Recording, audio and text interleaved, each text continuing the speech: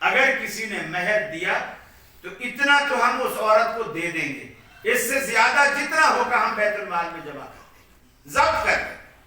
فتویٰ دے دیا، حکم نامہ جاری ہو گیا، لوگ اٹھنا، جب حکم ہو گیا، درس ختم ہو گیا، لوگ اٹھنا شروع ہو گئے۔ اتنے میں ایک بوڑھی خاتون آئی، اور یہ وہ خاتون ہے حضرت خولہ بنت ثعلبہ رضی اللہ تعالی عنہ۔ یہ آئی اور کہا امیر المومنین، آپ نے جو فتویٰ دیا ہے، آج جو حکم نامہ جاری کیا ہے، یہ تو قرآن کے خلاف ہے۔ اللہ تعالیٰ تو ہمیں قرآن میں بِقِنطَارٍ کا لفظ بولا ہے کہ اگر کوئی مہر میں خزانہ بھی مقرر کر دے تو تم آتَیْتُمُوهُنَّ أُجُورَهُنَّ، تم اس کا وہ خزانے مقرر کیا ہوا جو مہر ہے وہ بھی تم ادا کرو۔ اللہ تو ہمیں خزانہ دینے پر بھی راضی ہے، اور تم 32 اور 22 روپے سے اوپر نہیں جانا چاہتے۔ یہ تو قرآن کے خلاف ہے، یہ تو قرآن کے خلاف ہے۔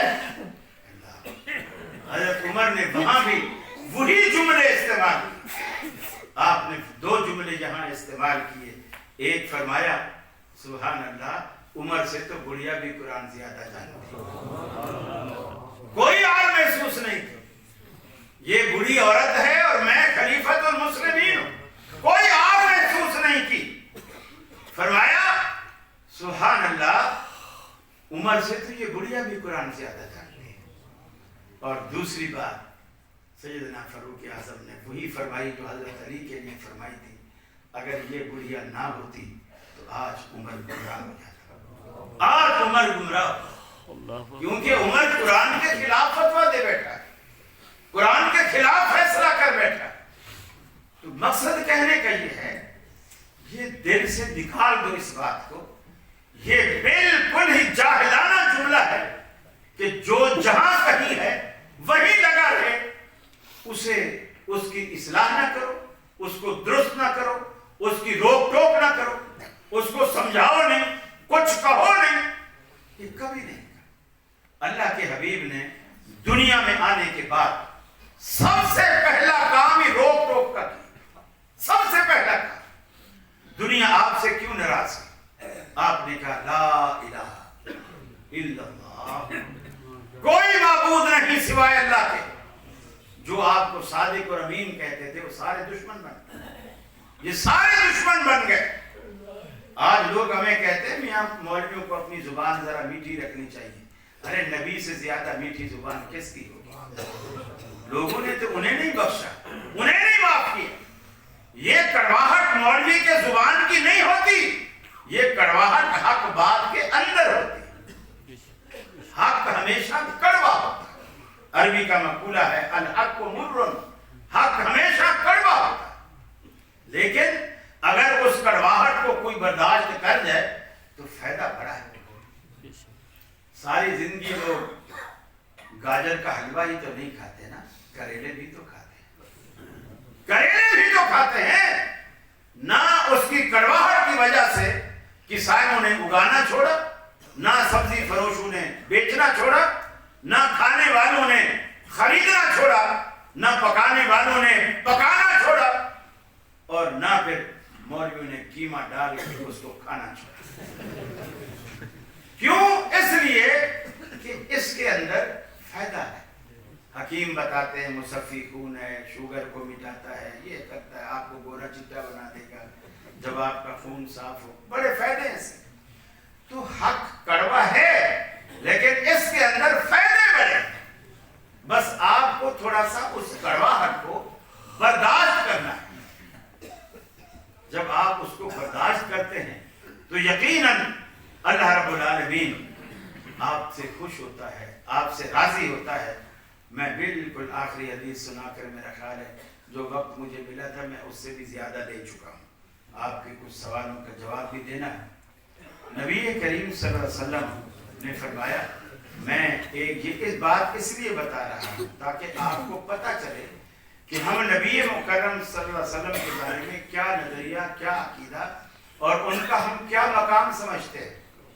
آپ نے فرمایا میں لیٹا ہوا تھا اور میں نے دیکھا آسمان سے 2 فرشتے اترے، 2 فرشتے آئے،